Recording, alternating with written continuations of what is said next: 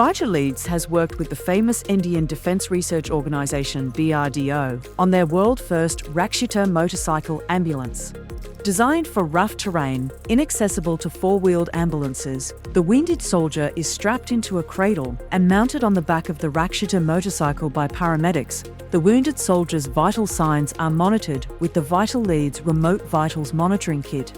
The paramedic Raksitha rider can view the soldier's vital signs on a specially designed VitalLeads screen on the motorcycle handlebars. In this way, a decline in the patient's vitals are immediately detected so that life-saving actions can be taken by the paramedic rider. The size, portability, and robustness of the VitalLeads kit illustrates how continuous remote vital signs monitoring is no longer restricted to intensive care units of hospitals, but can be even used in the most remote locations. VitalLeads Pro. Care never sleeps.